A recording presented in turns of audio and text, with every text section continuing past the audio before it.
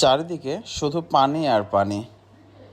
দেখতে পাচ্ছেন কি পরিমাণ পানির স্রোত। আমরা দাঁড়িয়ে আছি রাজশাহীর পদ্মা নদীর পাশে। আমাদের রাজশাহীর পদ্মাও ফুলে ফেঁপে উঠেছে। এত পানি রাজশাহীর পদ্মাতে আমরা এর আগে কখনোই দেখি নাই।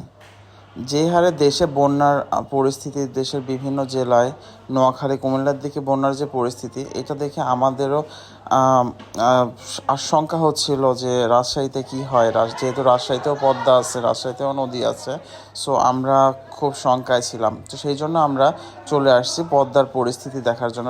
শুনলাম যে পদ্মায় অনেক পানি হয়েছে, তো সেটা দেখার জন্য আমরা চলে আসছিলাম পদ্মার পাশে, এবং এসে দেখলাম সত্যি অবাক করে, এত পানি রাজশাহীতে পদ্মায় আমরা কখনোই দেখি নাই। তো যাই হোক, আমরা আছি এখন টি বাঁধ। এটা রাজশাহীর মোটামুটি একটা জনপ্রিয় স্থান। জাস্ট এখানে সবাই নদীর পানি দেখতে আসে, আর নদীর এখানে মোটামুটি এখানের পরিবেশটা অনেক সুন্দর। তো এখানে সবাই আসে। এটা মূলত বাংলাদেশ পানি উন্নয়ন বোর্ডের একটা অংশ মনে হয়। তো এটা হচ্ছে গেট, বাট এটাকে সবাই টি বাঁধ হিসেবেই চেনে। সো আমরা ঢুকতেছিলাম, ঢোকার সময় আমরা তখনও জানি না যে এত পানি। আমরা জাস্ট মনে করতেছিলাম যে সবাই বলতেছিল যে অনেক পানি হয়েছে পদ্মাতে, বাট আমরা গেস করি নাই যে এত পানি হবে। সো আমরা খুব ফ্রেশ মনে ঢুকতেছিলাম। ঢোকার সময় এখানে আমাদের চোখে পড়লো আখের রস বিক্রি করতেছে। সো আমরা এখানে দাঁড়াইলাম এবং দাঁড়ায় বললাম, আমরা আমরা কয়েকজন ছিলাম। সো আমরা 5 গ্লাস রেডি করতে বললাম আমাদের জন্য।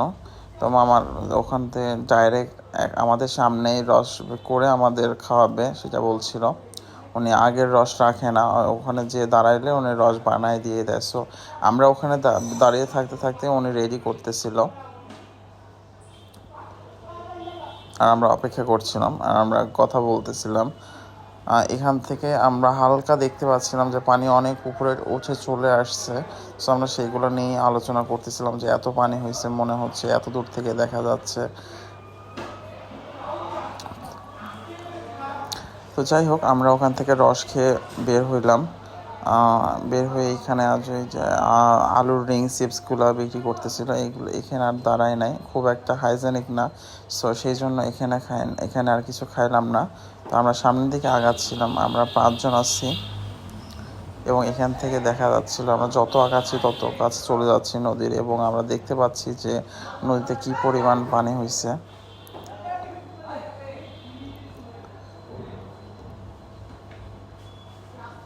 অনেক পানি হয়েছে, যতদূর চোখ যায় শুধু পানি আর পানি।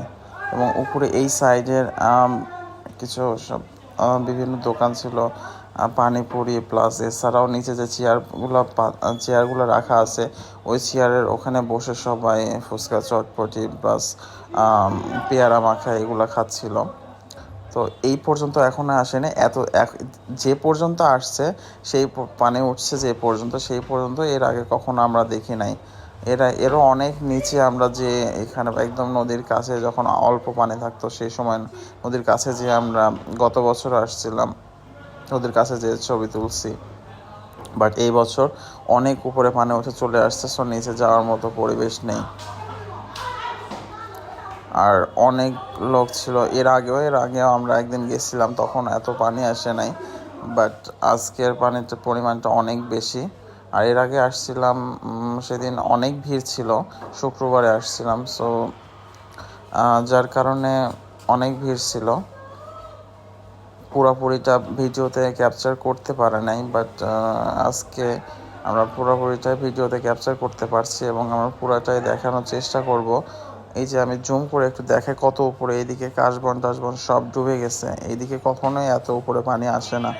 হয়তো আর কিছুদিনের মধ্যে এই চেয়ারগুলো যেদিকে আছে সেই দিকেও পানি চলে আসবে, এদিকে আর দোকানপাট কিছু থাকবে না। কারণ সারা দেশে বন্যার যে পরিস্থিতি, আমরাও এখন আশঙ্কায় আছি যে রাজশাহীতে কী অবস্থা হয়, যেহেতু আমরা নদীর পাশে আছি। এরা সব আমার শালিকা এবং ওর হাজব্যান্ড, ওদেরকে বলছিলাম আমাদের ভিডিওতে হাই বলে দাও।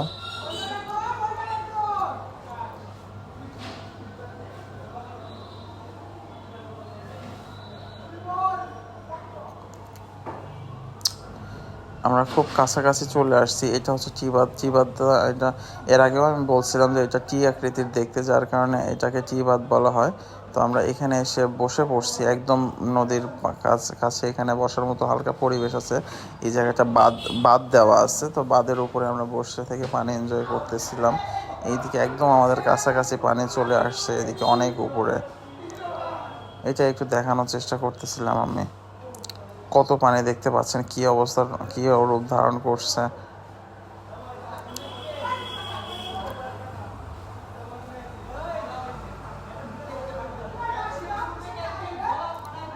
তারপর ওখানে বসে থাকতে থাকতে সন্ধ্যা লেগে গেল। তো সন্ধ্যার সময় সবাই বলতেছিল কিছু খাওয়া যাক। তো পদ্মার পাড়ে এখানে তো আর কোনো রেস্টুরেন্ট নেই তেমন। এখানে হালকা খাবার, পেয়ারা মাখা টাখা এগুলো খাবে বলছিল। সো আমি এখানে দাঁড়ায় থেকে এটা কী দিয়ে পেয়ারা মাখা বানায়, অনেক টেস্টি হয়, ওইটা বানাচ্ছিল। আমরা অর্ডার দিয়ে নিচে যেয়ে বসলাম। তো বসার পরে ওরা নিয়ে আসলো। এটার কালার, এটা তেঁতুলের আচার টাচার দেয়, যার কারণে কালারটা একটু রেড টাইপের হয়। আর এদিকে আমার সোনা বাবাটা, ও তো আর পেয়ারা খেতে পারবে না, ও আইসক্রিম খাচ্ছিল। ওর জন্য আইসক্রিম নিয়েছিলাম, ও খুব মজা করে আইসক্রিম খাচ্ছিল।